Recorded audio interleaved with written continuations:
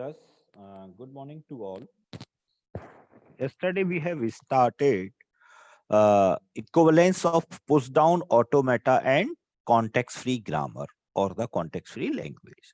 So the purpose is if a context-free grammar is given to us, then we can write the equivalent transition function, right?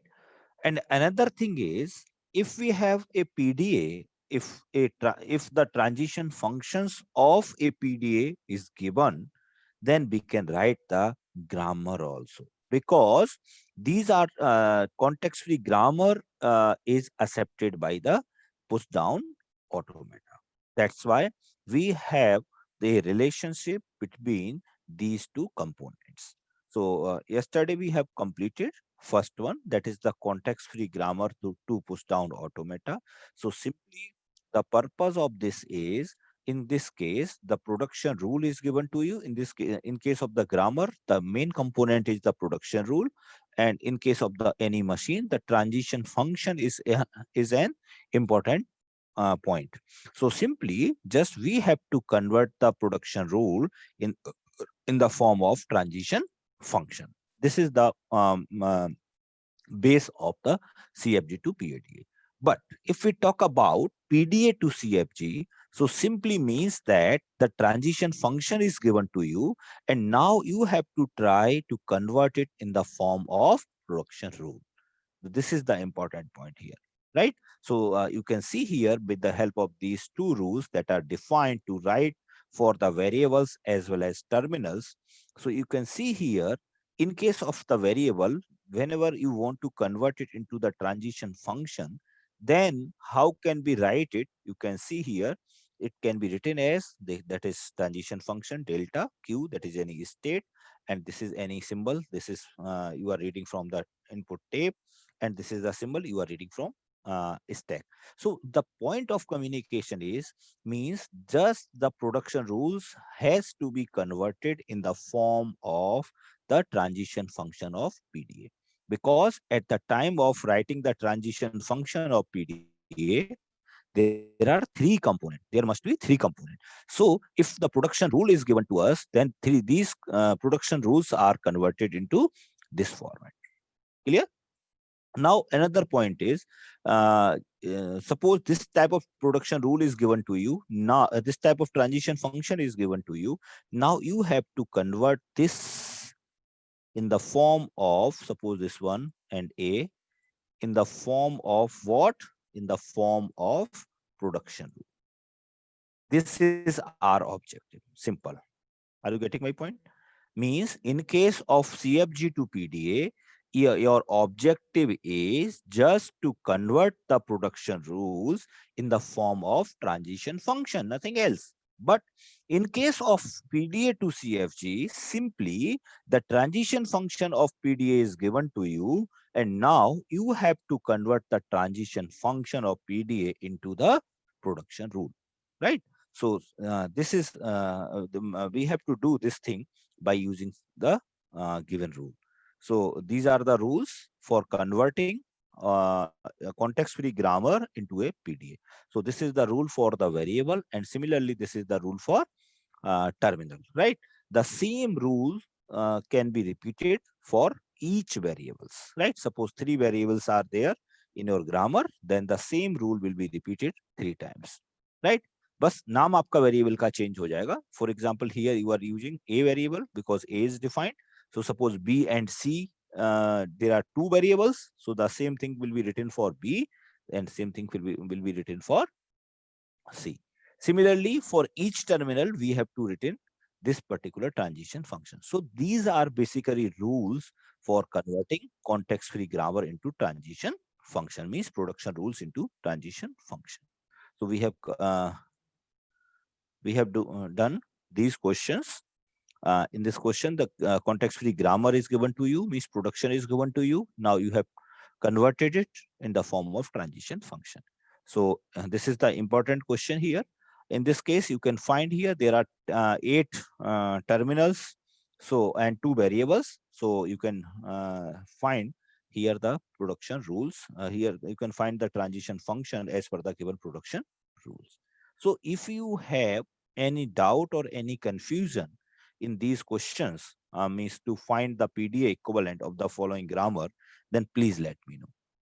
Today we will try to move further, that is PDA to CFG, right?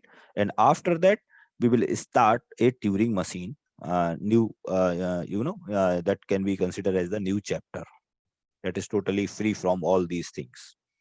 PDA to context free grammar. Similar to PDA, we will start a new machine, that is Turing machine.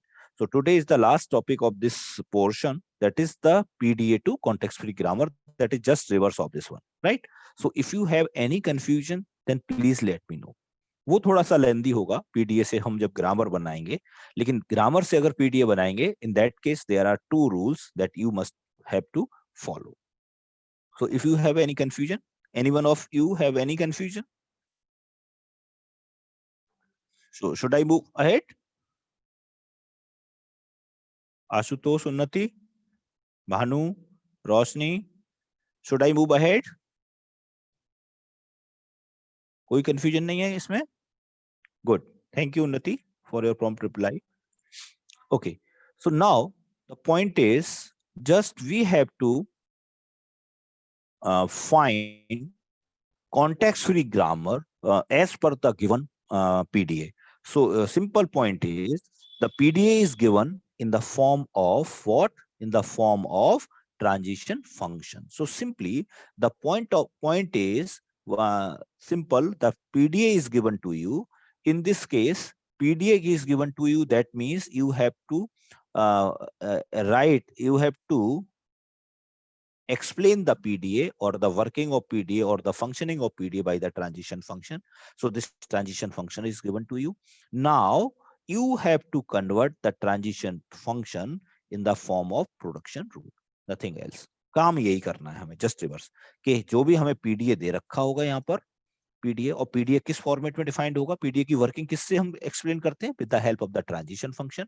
Similarly अगर हम production rule की बात करते हैं, किसी grammar की बात करते हैं, तो ग्रामर को हम डिफाइन किससे करते हैं? प्रोडक्शन रूल्स के. डिफाइन करने के लिए तो 4 टपल हैं, बट उसकी execution of any grammar can be explain with the help of production rule. Similarly PDA can be defined with the help of 7 tuple, but the execution or the transitions of the PDA are defined with the help of the transition function. So simply the point is, just we have to find PDA to context free grammar. So that means just we have to convert the transition function in the form of production rules, nothing else. Clear? This is our objective. So these are some rules that we have to follow for converting PDA to context-free grammar. You can note down it. So in this case, we have to construct a grammar.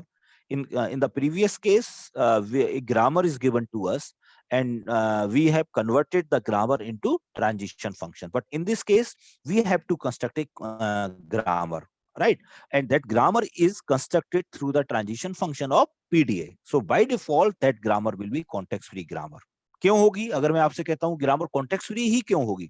Context free इसलिए होगी because it is accepted by PDA. आप क्या कर रहे हो? PDA से convert कर रहे हो ग्रामर को, है ना? तो पीडीए ने जिसको एक्सेप्ट किया है, इसका मतलब क्या होगा? टाइप 2 ग्रामर होगी, that is context free grammar, right? So just the point is, we have to construct a grammar. So now we must know about the basic tuples of the grammar. So grammar can be defined with the help of the 4 tuples, that is V, sigma, P, and S. So where V is what? V is the variables, sigma is what? Terminals, P is the production rule, and S is the start symbol. So simply means just we have to write the grammar. That means we have to convert, we have to finally write all these 4 tuples from the transition function of PDA. Clear? So in this case, start with the vertex. How can we write the V? Vertex कैसे लिखेंगे? Set of जिसको बोल सकते हो variables, right? तो अगर मैं transition function की बात करता हूं, तो इसका मतलब क्या है कि ट्रांजिशन फंक्शन में तो मैं ऐसे रिप्रेजेंट कर सकता हूं ना स्टेट को. This is the simple state Q0, और यहाँ से आपने ए को रीड किया, ए को रीड करके ए को आपने स्टैक में पहुंचा दिया, है ना? ए का ए, और इसके बाद अपने स्टैक में कुछ भी राइट कर दिया. ऐसे तो लिखते हैं हम लोग. सो this can be represented with the help of the diagram. But now the point is we have to write all the tuples of the grammar from the PDA. तो अब हमारे रूल्स देखिए किस तरीके से हम लोग लिखेंगे. तो V क्या था? Set of variables, right. तो वेरिएबल हम कैसे लिखें? मतलब हमारे पास कोई भी ट्रांजिशन फंक्शन लिखा होगा और ट्रांजिशन फंक्शन किस फॉर्मेट में होगा? Q0 A और यहाँ Z0 इसी टाइप का तो फॉर्मेट होगा. वैल्यूज कुछ भी हो सकती हैं, बट Q0 यहाँ स्टेट होगी और यहाँ पर स्ट्रिंग होगी, हमेशा मींस टर्मिनल होगा जो हम स्टेप से रीड करेंगे, और यहाँ कोई ना कोई वेरिएबल होगा और यहाँ पर टर्मिनल भी हो सकता है. बट यहाँ पर क्या होगा? हमेशा टर्मिनल होगा, यहाँ हमेशा स्टेट होगी. उसके बाद आगे क्या लिखा होगा? हम किसी स्टेट पे जा रहे होंगे, हो सकता है सेम स्टेट पर हो, और उसके बाद जो भी चीज हम स्टैक में राइट करेंगे वो होगी. क्लियर है ना ये बात? ऐसे लिखते हैं PDA. So the simple point is just we इस ट्रांजिशन फंक्शन से हमें क्या फाइंड आउट करना है? वेरिएबल्स फाइंड आउट करना है. So how can we find out the variables from the transition function? So just see here, v is equals to s union ये देखो अब यहाँ से this is the important point, क्योंकि एस का मतलब क्या हुआ? That is start symbol. तो एस को तो हम बाद में बताएंगे कि एस क्या होगा. द पॉइंट इज कि ये चीज क्या है, इसको देखिए जरा. यहाँ पर देखो Q Z Q dash, where Q comma Q dash belongs to capital Q. Capital Q क्या है? Set of state. And Z is what? Z is the tau. तो सिंपल मतलब क्या हुआ कि जो भी हमारा स्टैक का सिंबल होगा वो यहाँ लिखेंगे हम लोग, और उसके अलावा क्यू और क्यू डैश जितनी भी स्टेट हैं हम सारी स्टेट्स को इसी तरीके से लिखनी होगी. मतलब टोटल अगर मान लीजिए जैसे Q0 Q0 Q1 Q1 Q2 Q3 जितनी भी स्टेट आएंगी टोटल, तो सभी को हम लोग इस वेरिएबल में लिखेंगे. दोबारा देखो इस चीज को. मतलब ये है सिंपल. वेरिएबल का मतलब क्या हुआ कि एक्चुअली हम लोग कर क्या गए? जस्ट हम लोग ट्रांजिशन फंक्शन को प्रोडक्शन रूल में कन्वर्ट कर रहे हैं. तो इसका मतलब क्या हुआ? सेट ऑफ वेरिएबल्स कैसे लिखे जाएंगे? तो सेट ऑफ वेरिएबल्स लिखने का रूल क्या है, इसकी अभी हम बात नहीं कर रहे, अभी आपको दोबारा बताएंगे इस चीज को. तो जस्ट आप ऐसे देखो, क्योंकि प्रोडक्शन रूल हमेशा इसी ट्रांजिशन फंक्शन हमेशा इसी फॉर्म में लिखा होगा. तो हम कैसे लिखेंगे इसको? Just we will write in the form of Q Z Q dash. मतलब हमेशा यही फॉर्मेट होगा, आप ये देखो, क्योंकि तीन ही वैल्यूज होंगी हमेशा. तो जब हम वेरिएबल की बात करेंगे तो वेरिएबल कैसे लिखा जाएगा? क्यू मतलब यहाँ पर जो भी हमारे स्टेट आएगी, फिर उसके बाद यहाँ पर कोई भी हमारा स्टैक का सिंबल आएगा, ठीक है, और क्यू डैश कोई दूसरी स्टेट. मतलब जितनी भी स्टेट हैं हमें सारी स्टेट इस तरीके से लिखनी पड़ेगी. Where you can see here Q and Q dash belongs to Q and Z is what? Z is tau. So tau क्या है? अब हम लोगों को पता था पीडीए में टाउ क्या था? Stack symbol. So just we can write the set of variable in this way. So this is the rule for writing the V, set of variable. The production in P are induced by the moves of PDA as follows. This is the rule number 1. इसको अगर अभी समझ में नहीं आया है तो कोई जरूरत नहीं, इसको अभी थोड़ी देर के लिए होल्ड पर रख सकते हो आप, क्योंकि जैसा मैंने आपको उसमें बताया था जब हम CFG से PDA कर रहे थे कि सारे प्रोडक्शन रूल हम लोगों ने चेक निकाल लिए. उसके बाद सारे प्रोडक्शन रूल को हमने ट्रांजिशन फंक्शन में कन्वर्ट कर दिया, और लास्ट में मैंने आपसे क्या कहा था कि अब आप पूरा पीडीए की डेफिनेशन लिख दो. जो 7 टपल थी उन सबको क्लियरली डिफाइन कर दो कि इसमें ये सेट ऑफ स्टेट हो गया, ये इनपुट अल्फाबेट हो गया, ये पी हो गया, इस तरीके से. On the same way we have to write all these 4 tuples. But the important point is this part is very important. Production rule वाला पार्ट इसमें बहुत इंपॉर्टेंट है, जैसे कि ट्रांजिशन फंक्शन का पार्ट पीडीए में इंपॉर्टेंट था, राइट? तो अब लेकिन हमें लास्ट में आंसर जब लिखेंगे final, in that case we have to write all the things. Clear? All the tuples of grammar, right? So here you can see the start symbol is what? So start symbol is given by S2 Q0 Z0 Q, where Q belongs to capital Q. Just see here in this case, because आप यहां पर देखो Q0 से शुरुआत होगी हमेशा initial state से, ठीक है. Z0 बीच में कोई भी सिंबल आएगा that is the stack symbol, कोई भी जो भी सिंबल होगा, और इसके बाद Q एक कोई भी हमारी स्टेट लिखी जाएगी, क्योंकि हम सारे ट्रांजिशन इसी फॉर्मेट में लिखने वाले हैं, ठीक है ना. जितने भी ट्रांजिशंस हैं उन ट्रांजिशंस को हम इस फॉर्मेट में लिखेंगे so that they can convert it into production rule.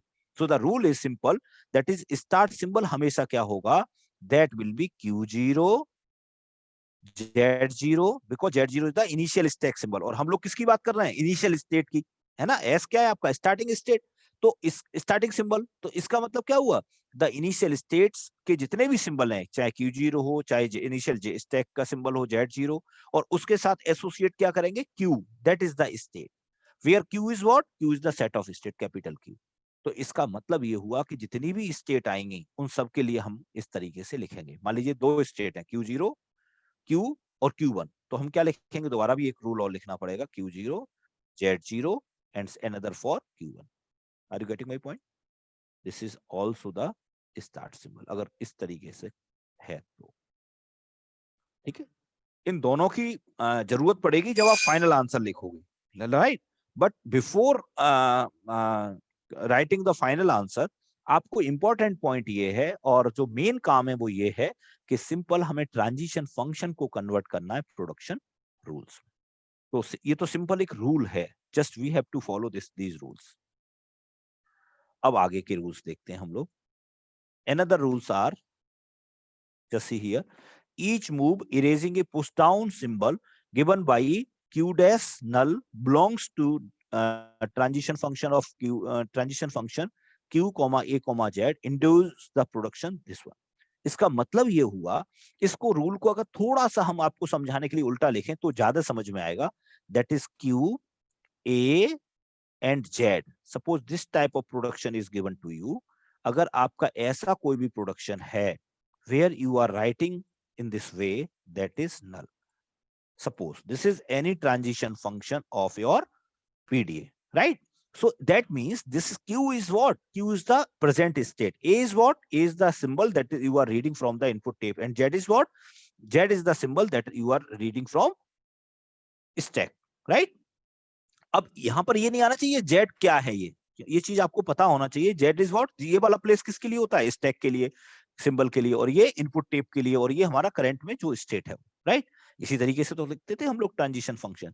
And after transition you will reach on new state that is Q dash and you are pushing null into the stack, right? So this is not any new thing, this is the simple transition function of the PDA. So suppose this type of function, transition function is there, means you are pushing null. So simply in this case, this transition function can be converted into the production rule in this way. So just you can find here that is Q Z, because that Z is the initial symbol, stack symbol, and Q dash belongs to A. Means simple, if this type of transition function is there, then the production will be this one. This is the rule. तो आप इस चीज को अगर ऐसे समझ में नहीं आ रहा है तो आप ऐसे समझ सकते हैं, एक ही बात है, both are the same thing, right? तो इसका मतलब सिंपल ये हुआ कि आप ऐसे देखो कि जब भी कोई हमेशा हम लोग प्रोडक्शन रूल लिखते हैं तो वेरिएबल टर्मिनल को प्रोड्यूस करता है, राइट? और टर्मिनल पीडीए में कहां पर रीड होता है, टेप से।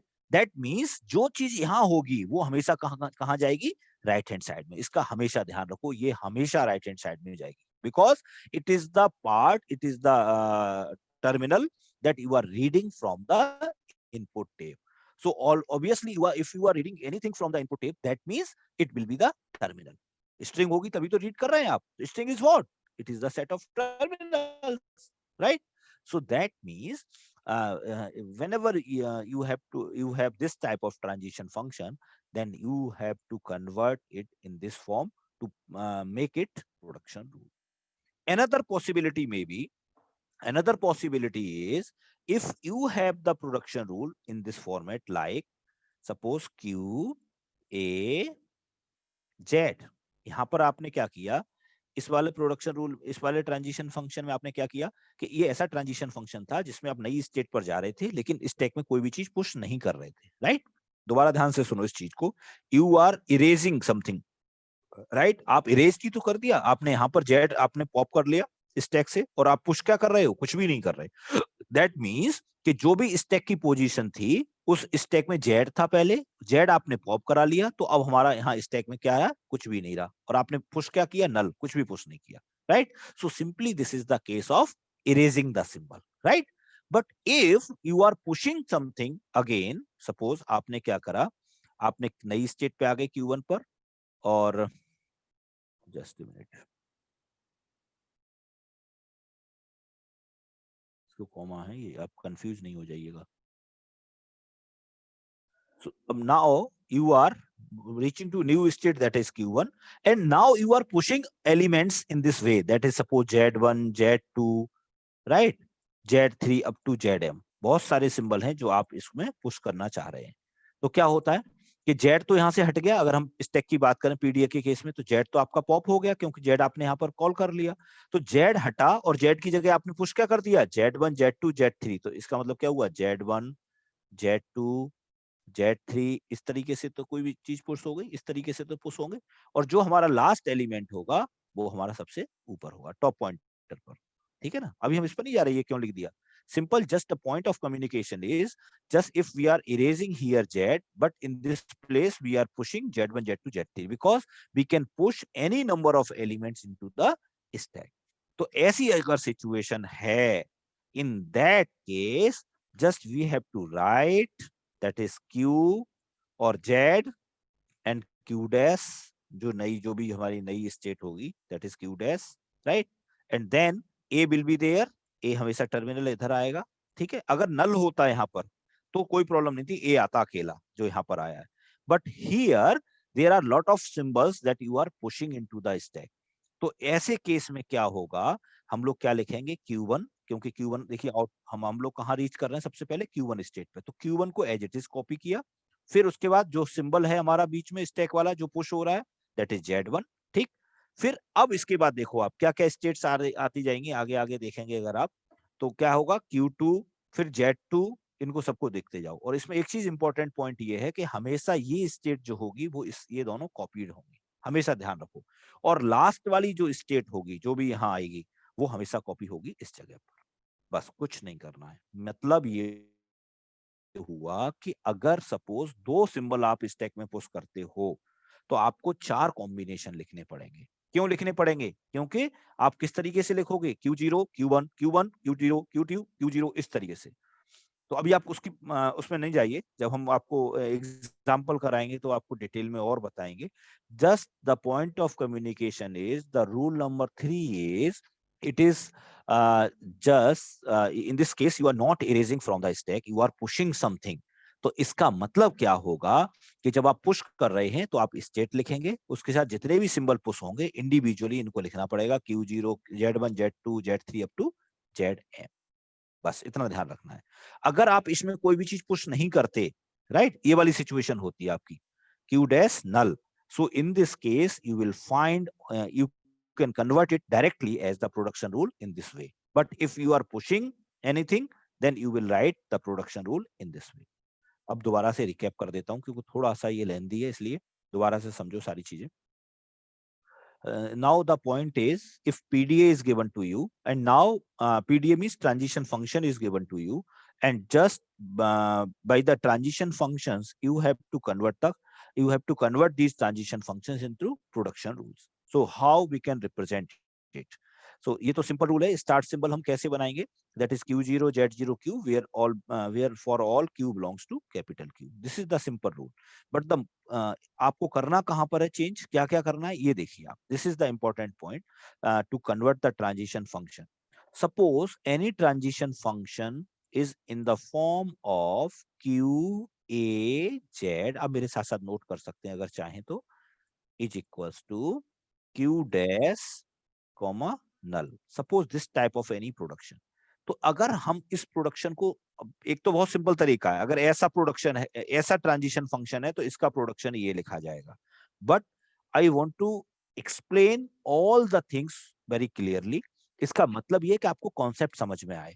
इसका मतलब क्या हुआ कि this is the representation of PDA, so that means you are in your pointer is in the your head is in the current state that is Q, reading a symbol A from the input tape, और symbol जो reads होगा tape से वो हमेशा क्या होगा, string होगी, right, और Z क्या होगा, that is the symbol you are reading from stack, right, and now you are reaching to new state that is Q dash, and after the transition you are not pushing anything into the stack। अब आपने stack में कोई भी चीज push नहीं की। अगर ऐसी सिचुएशन है, so that case we will convert it into the form of production rule in this way, simple, nothing else। but this situation is called the erasing symbol, right। अब दूसरा केस हुआ कि आप इसमें कुछ पुश कर रहे हो, इरेज नहीं कर रहे, कुछ पुश कर रहे हो, तो पुश करने का मतलब क्या हुआ कि पुश करने का सेम इसी तरीके से हम लिख सकते हैं इसको आपको समझाने के लिए कि ए लिखा और मैंने लिखा यहाँ पर जेड, और मैं अब क्या कर रहा हूं यहाँ पर क्यू डैश ए जेड, ए जेड। ये तो आपने किया है खुद, कई बार किया है, इस तरह का लिखा है। मतलब आपने क्या किया, ए को भी पुश कर दिया। इसका मतलब क्या है, there are two symbols here that you are pushing into the stack. So in this case the rule will be this one, means you have to write a at one place here, in the other place you have to write here z, nothing else। और इसकी कोई जरूरत नहीं, ये तो एक generalise rule है, जरूरी नहीं है ए जेड हो, कोई भी और भी बहुत सारे सिंबल हम पुश कर सकते हैं एक साथ, A Z Z Z Z इस तरीके से, right. So we have to write the production rule in this way, और simply if the transition function is in the form of pushing the element into the stack, then in this situation we have to follow this rule. So ultimately you have to use these two rules mainly, right? Rule number 2 and rule number 3। Rule number 2 क्या कहता है, erasing वाला है, erasing वाले में direct आप लिखेंगे, और रूल नंबर 3 किसका है, पुशिंग का है। बस इसके अलावा आपको ज्यादा कुछ याद नहीं रखना है, ये दो चीजें आपको याद रखनी है। बाकी लास्ट में हम लोग स्टार्ट सिंबल और वेरिएबल्स को लिखेंगे, ठीक है। तो just see here, so now there is one example. So now this question is given to you. In this case, a PDA is given to you, simple. In this case, Q0, Q1, these are two states of the PDA, क्योंकि PDA के अंदर कितनी tuple होती हैं, 7। तो आपको इससे सब पता लग जाएगा कि क्या क्या आपका इसमें क्या सिंबल है। This is the transition function, this is Q0, Z0 and ये फाई का मतलब क्या है, बाय यूजिंग नल स्टोर, जिसकी हम बात कर रहे थे, ठीक है ना। तो आप अगर यहाँ से देखें तो आपको ये पीडीए की सारी टपल आपको लिख के दी है। अगर मैं नहीं भी दूं तब भी आपको कहां से समझ में आ जाएगा, कैपिटल क्यू यहां से देख सकते हो, Q0 और Q1 कितनी है, दो दो ही है, तो Q0 Q1। इनपुट अल्फाबेट देखो क्या क्या है, ए है और बी है, तो आपको यहां से समझ में आ जाएगा ए और बी है, यहाँ कॉमा लगेगा बेटा। एंड Z0 और Z, देखो यहाँ से Z है और Z0, ये दो सिंबल हैं जो स्टैक में जा रहे हैं, तो टाउ हो गया, ठीक है ना। क्लियर बात समझ में आ गई।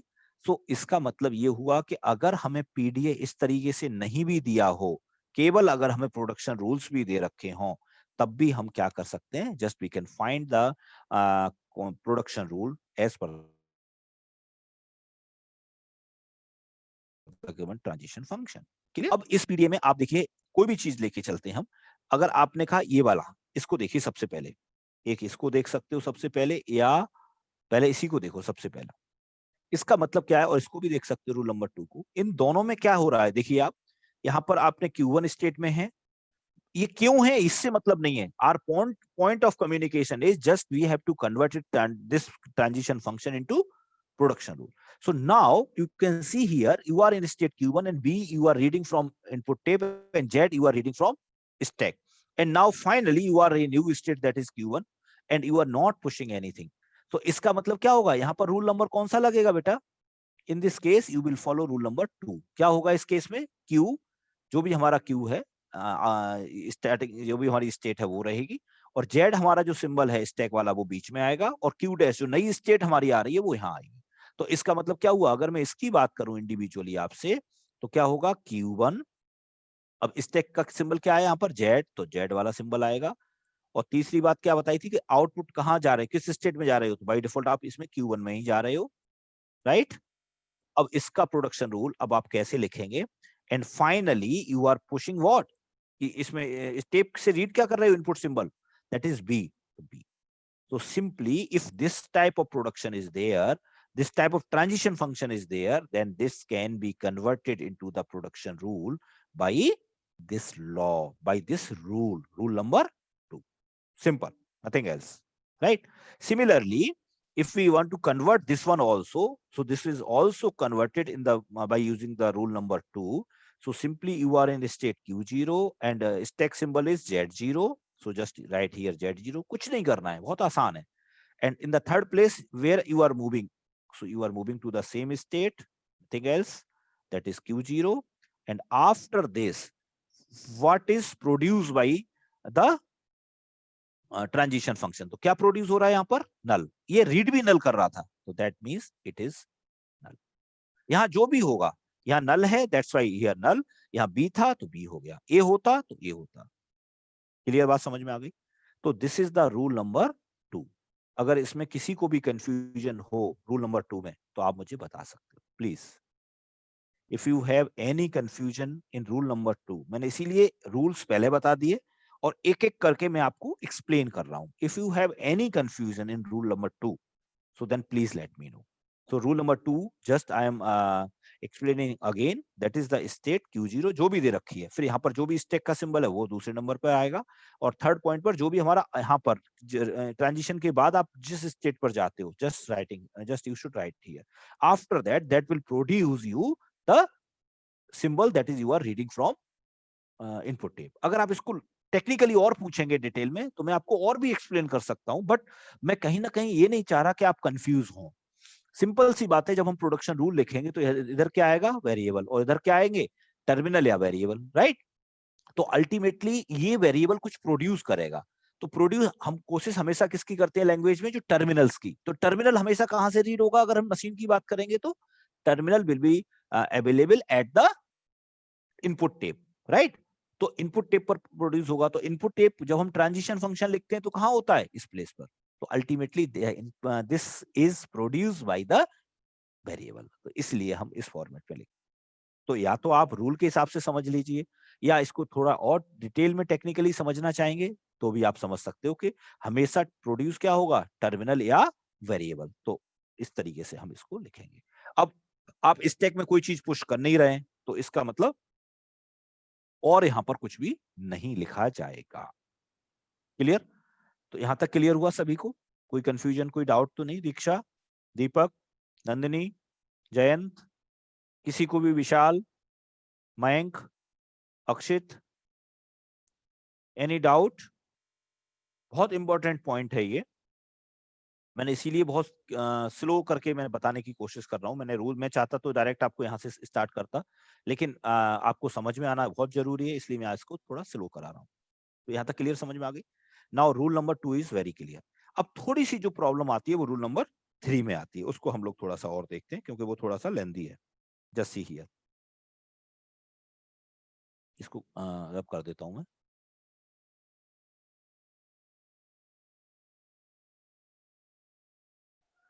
रूल नंबर 3 में क्या था कि इसमें कोई ना कोई चीज पुश हो रही है ना। तो जितने एलिमेंट पुश होंगे, suppose there are 3 elements you are pushing, तो Z1 Z2 Z3, तो 3 के लिए लिखना पड़ेगा। एक सिंबल, एक ही हमारा सिंबल पुश हो रहा होगा तो केवल हम एक इतना लिखेंगे, ठीक है ना। जैसे Z1 Z2 ZM है तो यहाँ क्या लिखा पड़ेगा, एक में Z1, दूसरे में Z2, तीसरे में ZM, right. So this is the rule number 2 is the case of removing, erasing the symbol, and rule number 3 is the pushing the symbol. So just see the rule number 3 for pushing the symbol. हम एक एक से start करेंगे अभी, ठीक है ना। अभी रुक जाते हैं। See here, this is the simple case, Z0 null Z0, Q0 null, ये मैं बता चुका हूँ। रूल नंबर 2 अभी हम लोगों ने लगाया था। तो देखो इसको एज इट इज लिखा, स्टैक का यहाँ आ गया सिंबल, और ये जो आउटकम वाला है वो यहाँ लिखा जाएगा, और यहाँ से जो भी चीज प्रोड्यूस हो रही होगी that will be here, because this is the input symbol that you are reading from tape, और by default tape contains the input alphabet, right. And similarly, you can find here this Z, ये Q1, और ये B है, तो B हमेशा किधर आएगा, in this place. This is the simple rule number 2। ये सबको समझ में आ गया, राइट। तो अब हम लोग रूल नंबर 3 में मूव करते हैं। अब देखिए, दिस इज द सिंबल। अभी जो मैंने आपको दिया है ट्रांजिशन फंक्शन, उस ट्रांजिशन फंक्शन को आप चेक करिए, जो मैंने अभी आपको बताया, लिख के दिया है। Transition function is what the rule, पहले मैंने रूल डिफाइन कर देता हूं, that is QAZ, Q1 Z1 Z2 up to ZM, इस तरीके का कुछ भी है। दैट इज Q, आप इस स्टेट में थे, A आपने रीड किया टेप से, Z आपने रीड कहां से किया, स्टैक से। Now you are moving to new state that is Q1, and you are pushing Z1 Z2 ZM up to ZM into the stack, right. अब थर्ड रूल नंबर लगेगा, third rule number 3, क्योंकि आप इसमें पुश कर रहे हैं।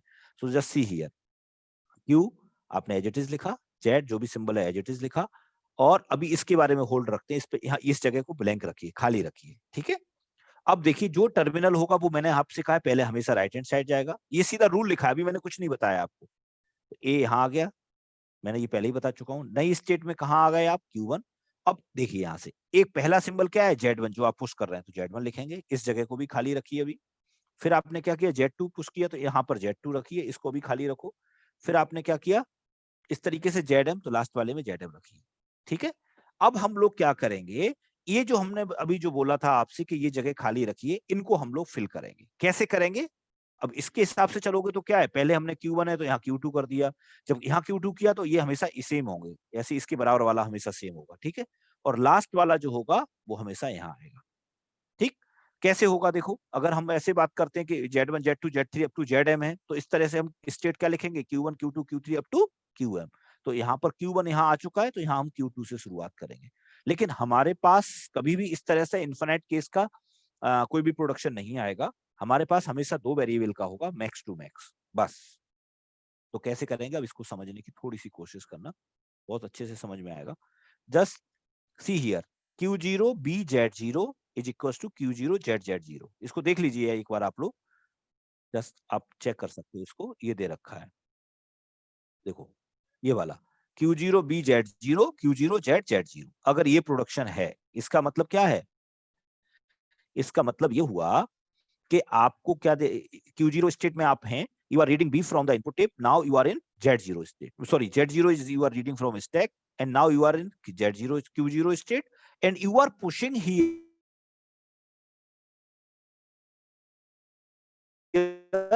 Z Z, मतलब कितने सिंबल पुश हो रहे हैं, दो, ये आपको ध्यान रखना है, दिस इज द इंपॉर्टेंट। तो आप इसमें बहुत इसको एज इट इज लिखो, ठीक है ना। दूसरा स्टैक वाला पार्ट एज इट इज लिखो, इसको Z0 कर दीजिए, अभी केवल आपको समझाने के लिए कर रहा है।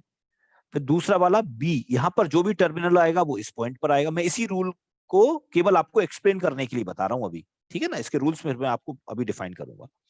फिर आप नई स्टेट कहां जा रहे हैं, Q0, just right here Q0। अब देखिए important point is here, this is Z, तो इस जगह पर क्या आएगा Z, और दूसरे वाले में क्या आ जाएगा Z0। तो देखो ये सारी जगह जो मैंने आपको ब्लैंक छोड़ी हुई है, आप भी ब्लैंक छोड़ दीजिए। क्लियर। अब आपको इंपॉर्टेंटली क्या देखना है कि इसमें कितने वेरिएबल हैं जो पुश हो रहे हैं, कितने वेरिएबल है, दो। तो 2 टू दी पावर 2, इसका मतलब क्या हुआ, 4 ट्रांजिशंस आएंगे, राइट। तो इसका मतलब हम 4 प्रोडक्शन रूल बनाएंगे इसके। कैसे बनाएंगे, यहां पर देखो। तो अब हमारे पास स्टेट क्या क्या बन सकती, कितनी स्टेट है total state, set of state जो आपको दे रखी है वो कितनी है, देखो आप शुरू से देख सकते हो। सेट ऑफ स्टेट कितनी, Q0 और Q1, राइट। तो आप देखिए Q0 Q1 कितनी स्टेट है हमारे पास, दो। तो दो स्टेट थी। अब यहाँ पर कॉम्बिनेशन देखेंगे, स्टेट क्या क्या है, दो आपके पास Q0 है और Q1 है। तो इनके कॉम्बिनेशन क्या बन सकते हैं, आप ये बताओ। इस जगह से शुरुआत करेंगे हम लोग। तो एक क्या बन सकता है, दोनों Q0 हो, है ना, तो Q0 Q0 लिखा। एक क्या बन सकता है, पहला Q1 हो दूसरा Q0 हो। तीसरा क्या बन सकता है, पहला Q0 हो दूसरा Q1 हो। और तीसरा क्या, चौथा क्या बन सकता है, दोनों Q1 हो। ठीक है, इसी की बात कर रहा हूं अभी मैं, केवल इस जगह की और इस प्लेस की। इस जगह पर अगर मैं कॉम्बिनेशन देखूंगा तो चार, क्यों क्यों होंगे 4 combination, because you are pushing 2 elements. तो ये ध्यान रखना बस आप। तो 4 कॉम्बिनेशन क्या क्या हो सकते हैं, कोई भी आगे पीछे लिख सकते हो आप। तो द पॉइंट इज, जो भी आपका यहां आएगा इसको यहां कॉपी करो, ये मैंने आपको पहले भी बताया था, देखो आप कलर से भी देख सकते हो, ठीक है ना। और जो लास्ट में है इसको आप कॉपी कहां करेंगे, इस प्लेस पर, जो मैंने कहा था ना ब्लैंक छोड़ दीजिए, आप यहां से देख सकते हो कलर के हिसाब से। बस कुछ नहीं किया, देखो सारा एज इट इज लिखना है। इसको यहाँ कॉपी करते जाइए, Q1 को यहाँ आ जाएगा, इसमें Q1 यहाँ आ जाएगा, और ये Q1 यहाँ copy. So just if there are two elements pushing into the stack, in that case you must use 4 production rules. Clear? अब आपके मन में एक डाउट आ सकता है कि अगर यहाँ पर एक होता तो 3 नहीं होंगे, ये पक्की बात है, होंगे तो बता देंगे बाद में, वैसे एग्जाम में कभी नहीं आएगा ना बुक में आपका। लेकिन 3 वाला भी बता सकते हैं हम, 2 टू द पावर 3 कितने आएंगे, 8। तो ठीक है ना, लेकिन वो नॉर्मल केस में नहीं आएगा। अब now if you are pushing only a single element into the stack, मतलब केवल Z होता तो क्या होता, 2 to the power 1, that is 2। तो केवल 2 केस बनते आपके। तो आपका ऑब्वियस सी बात है, जब एक ही ये Z0 नहीं होता तो क्या होता, ये वाली लाइन ही नहीं होती इधर वाली, केवल क्या होता, ये होता। तो यहाँ पे क्या लिखते आप, दो में, यहाँ क्या लिखा जाता, Q0, और दूसरे वाले में Q1। जहां Q0 लिखा जाता ये यहाँ कॉपी हो जाता, Q1 लिखा जाता वो यहाँ कॉपी हो जाता। बाकी ये कुछ भी नहीं आता, केवल 2 ही रूल आते हैं। Are you getting this point. तो मैं दूसरा और बताता हूँ इसको, क्योंकि ये एकदम से समझ में नहीं आता।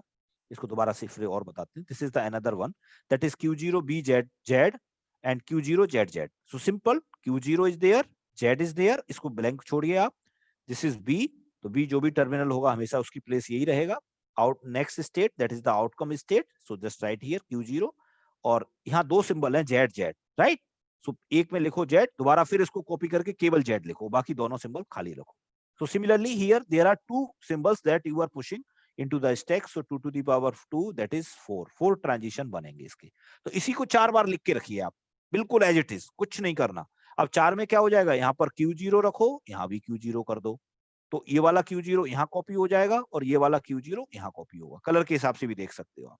दूसरे वाले में 1 और 0 रख सकते हो, तीसरे में 0 1 रख सकते हो, चौथे में 1 1. तो ये आपके ट्रांजिशन फंक्शन, ये प्रोडक्शन रूल आ गए.